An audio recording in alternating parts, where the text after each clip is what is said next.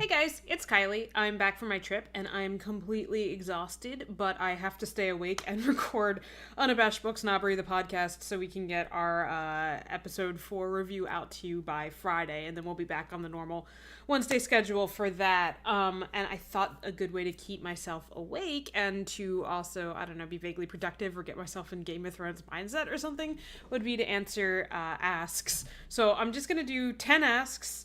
And it was literally the first 10 that I just went through and I was like, okay, I'm gonna do these. So that's what we're gonna do, and these videos eventually will have structure one day.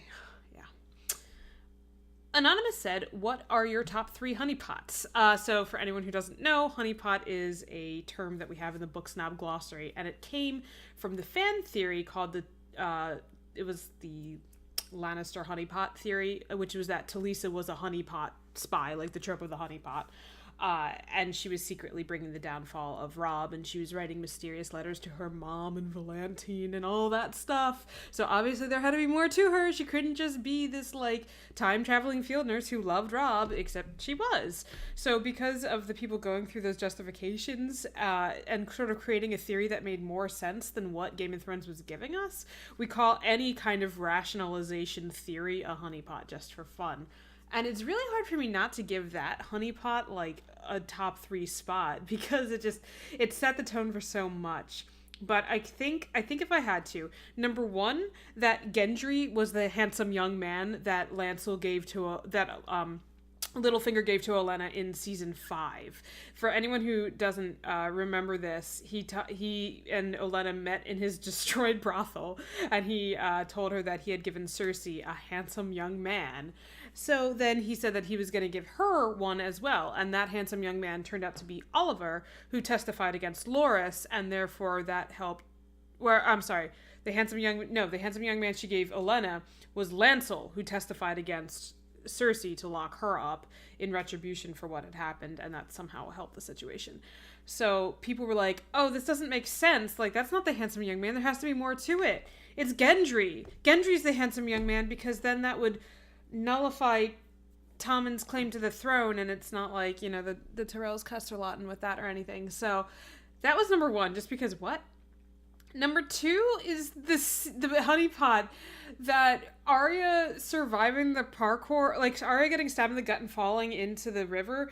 It was so terrible and so ridiculous, especially the idea that she lived from it, that people were like, okay, here's what it was. It was actually the waif disguising herself as Arya, and she just gets this new subplot and gets to walk around, and we're all really excited to see her. Filled out the subplot, and it was Jaqen testing her. So Jaqen had the waif's face, the waif had Arya's face, and Arya's just sweeping floors or something. So yeah, that's honeypot number 2. That was really, really amusing to me. And then God, I don't even know. I'm not even sure I can think of any that would top it. You know what? I'll give the Talisa the Lannister honeypot number 3. That holds a special place in my heart. Anonymous said to GOT Gifts and Musings, a hearty round of flatulence is what that battle deserved, IMO. That battle being the one in Spoils of War, the 4th episode. And for anyone who doesn't know what this is referencing, my trip that I went on was to visit my brand new niece, my sister's daughter. She's 4 weeks old. And I had her on my knees, and I was watching it on the iPad, and she was just farting the entire time during the battle scene. Honestly, the reason I picked this ask is just because I want to gush about my niece. She's adorable. She's really great. Watching her was really fun.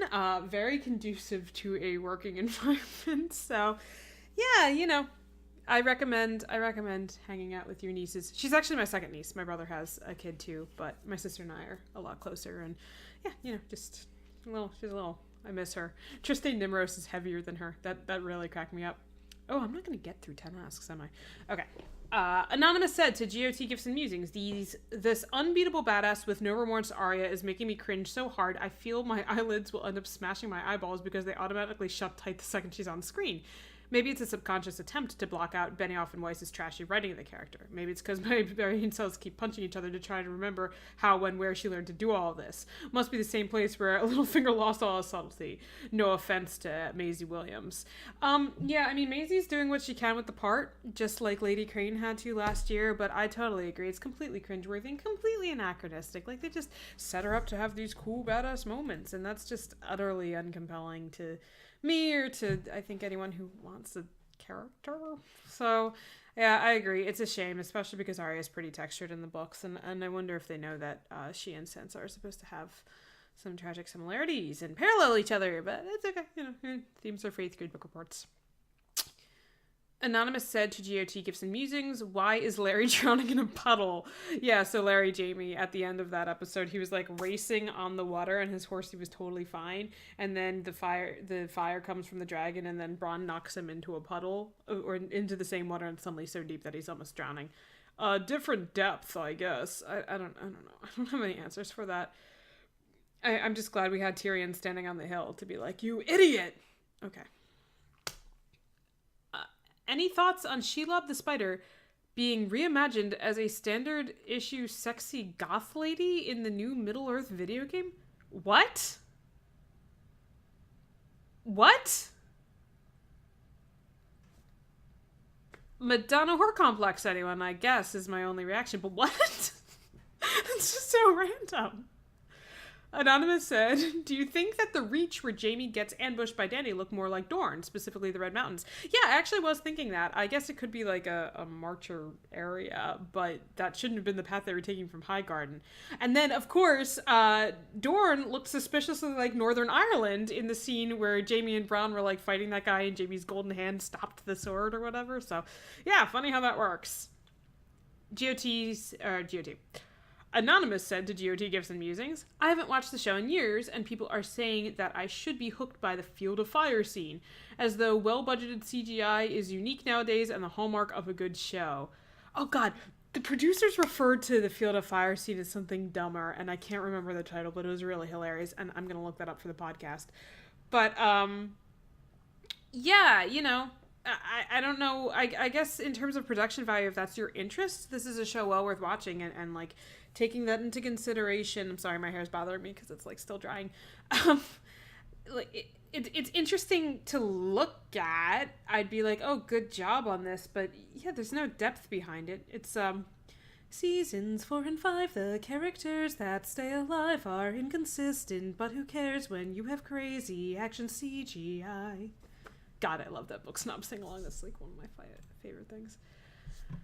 Anonymous said, what is your argument for television? Do you have an actual defense for why it is better for our culture and species and not ultimately malevolent? I feel like the burden of proof is on anyone who's calling it malevolent, right?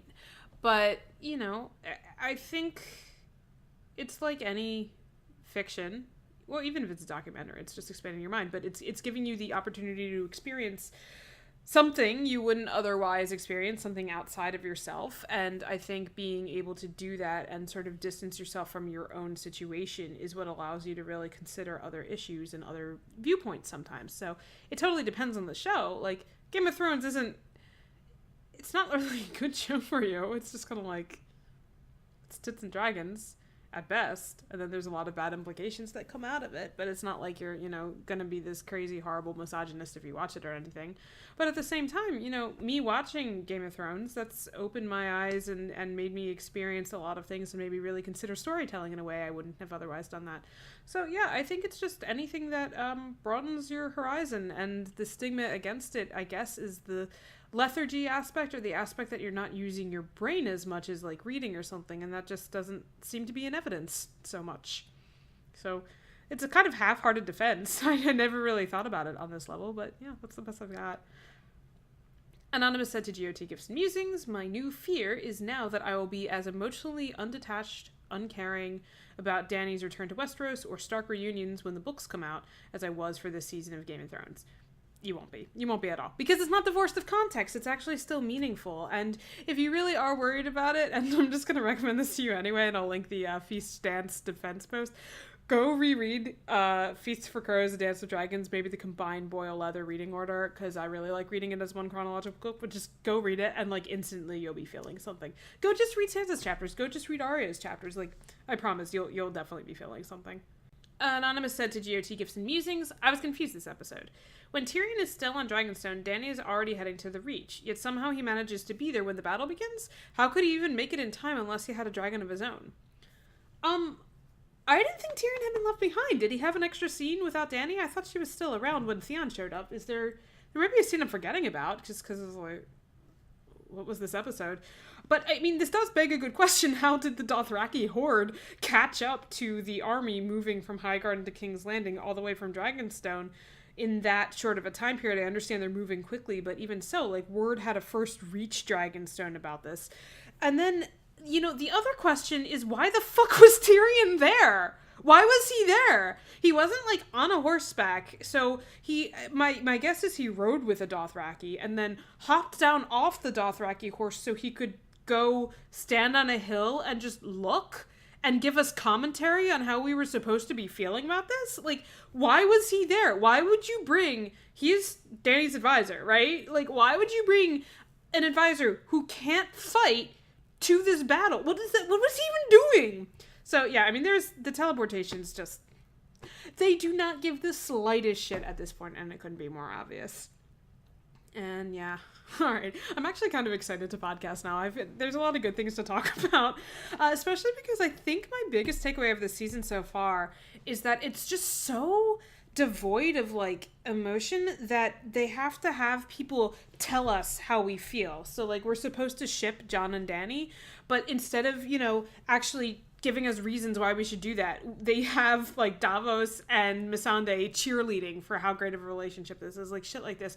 Everything violates show don't tell. And Tyrion standing on a fucking hill narrating a battle for us so we can, like, have a sounding board to watch. Like, what? We don't need that. But I guess you do when your show has no substance to it and characterizations change on a dime and motivations are unclear. Not in the, like, cool, complex way. They're unclear in a, like, what the fuck is happening way. So, there you have it. Hopefully next week I'll have more time to do a better Q&A, a more organized Q&A. And otherwise, thank you for your patience during my absence and for all the lovely, lovely messages I got while I was gone.